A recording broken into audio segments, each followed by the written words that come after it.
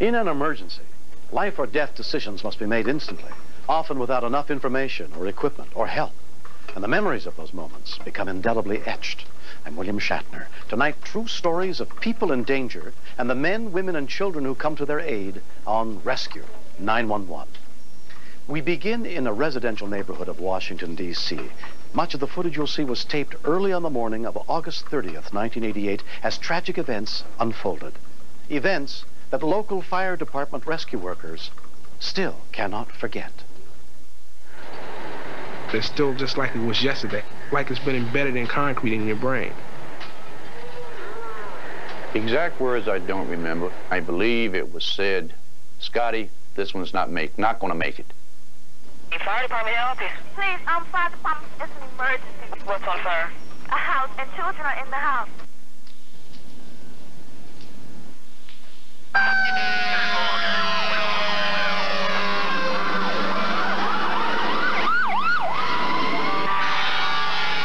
A neighbor was screaming. The babies were still trapped upstairs. I've had to get them out because I knew the fire was progressing awfully fast.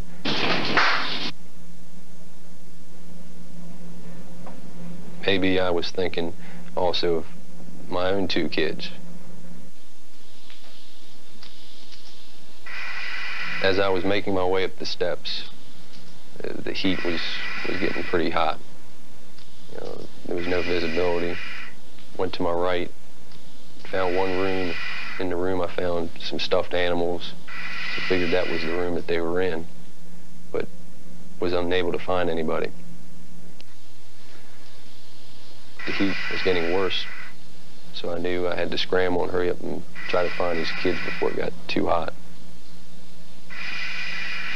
I made my way back into the hallway to find another room. Everything lit up. Everything was orange, and I knew the room had flashed, and it was time to get out. Another firefighter, Greg Tunnell, came out of the building. He was smoldering at that time. He had gotten caught in a flashover. We knew that the building was hot, and but just the fact that we knew children were in there, we knew we had to go in and get them. I met Captain George Bennett at the window, and we busted out the window and the window frame, and I entered the room at that time. Once Kevin left the window, without having any means of traveling back to the window other than touch and feel, I stayed at the window, made a lot of noise to be his lifeline, to allow him a means of getting back to the window once he discovered the children. It was hot, dark, heavy smoke. I proceeded to work my way around the bed, and I came to my first victim. I believe it was a 6-year-old child. He returned to the window with the oldest of the 3 children, handed her through the window to me. I reached across the porch roof and passed her over to paramedic Wilmer Scott. The first thing I heard was, "This one's dead." I said, "No." I'm thinking she's too young, she's too pretty. It's my daughter. She's not dead.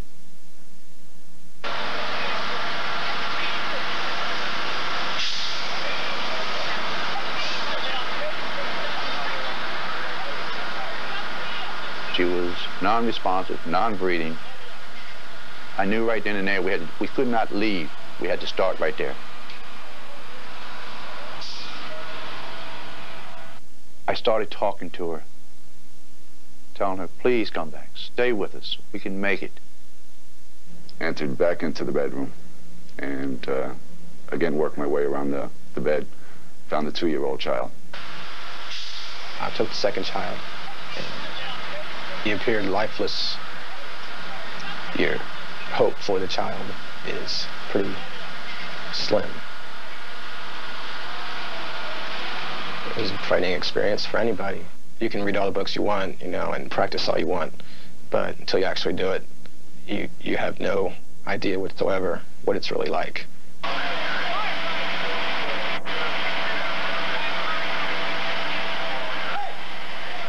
It was a rather hectic scene. I worked on the child for approximately 5 minutes. Every breath I give the child is like his own, him taking a breath.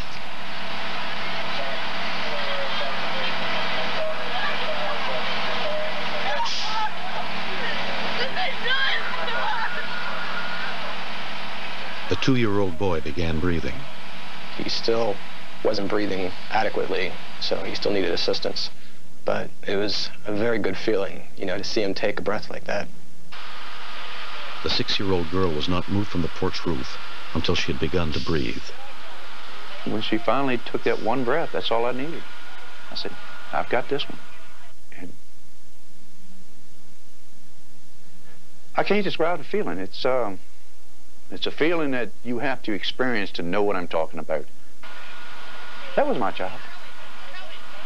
And being my child, I had to do my best. Jackie Cutler was placed in the same ambulance as her 2-year-old cousin, Ron Hansberry, and rushed to the hospital. By the time that we got to the medic unit, put her on the stretcher, and using the resuscitator on her, she was breathing real good. I knew that she was going to make it. The children had been spending the night at their grandparents' house when the fire broke out. One of the last people to be removed was a family friend, brought out with no pulse or respiration. It's like you're put into autopilot, and I started CPR.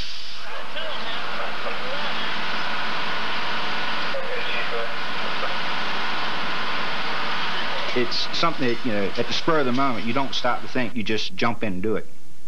So, I mean, you just couldn't see the man laying there without trying to do something.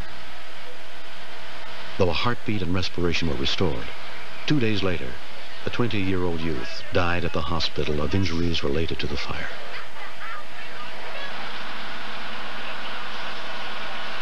I re-entered the room and proceeded again around the bed. I came upon, I believe, the 4-year-old child. It was obvious the child had been in the smoke environment for a period of time because her clothes were heavily soot-laden. Her face was heavily soot-laden.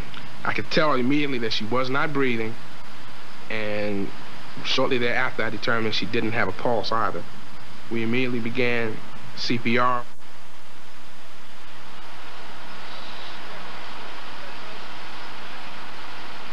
I have no children, but that night it was just like Scotty said, that was my child, and there's no other way of explaining it.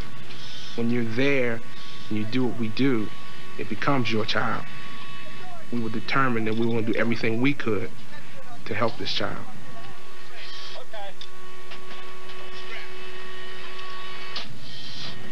We immediately began transport, and maybe about a minute out from Children's Hospital, we got pulses, we got a heartbeat back. She never regained spontaneous respirations. She never regained consciousness. Despite their best efforts, 4-year-old Gwendolyn Cutler was pronounced dead the next night.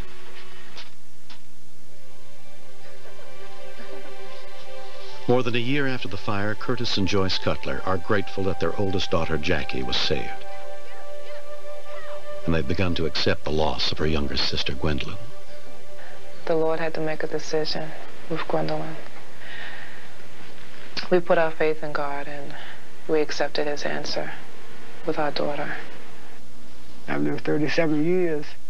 I might have lived my life, and she never had a chance to really live hers, so I wish it could have been vice versa. But that's the way it is. Maybe had I gone to the left at the top of the steps, I could have got to the kids' room a little quicker. And maybe that might have made a difference in saving one of the children's lives. That's maybe the one thing that I think about. You see people save people's lives all the time, but you never actually know what that person went through. But I know I was deeply moved, and I was so touched. And the first thing I wanted to do was simply see him and hug him and tell him how much I appreciate his efforts, because you could see it in him.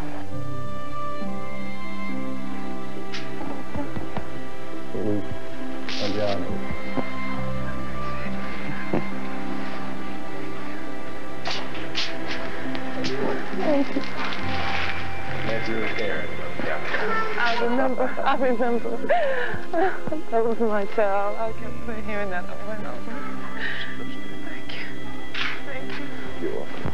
This particular incident, this family, I guess you might say a little bit of a bond that you were able to help them, and just a good feeling inside that you were able to help them, and it means a lot. It's a feeling of knowing that I participated in actually saving a life. After so many times I've seen so many lives lost. But I saved this one. When I say I mean the fire department, because no one can take any particular credit. It was a team effort. Everyone did an outstanding job. Your arms aren't going to fit through, honey. Go ahead. A poem was written by Mrs. Ethel D. Smith. Who was obviously a beautiful lady. And the title is, That Was My Child. That was my child I had to save. That was my child, no cradle, no grave. That was my child, she was so frail. That was my child, Lord knows how well. That was my child, she opened her eyes. That was my child. I begin to cry. That was my child. I did my best. That was my child. God knows the rest. That was my child.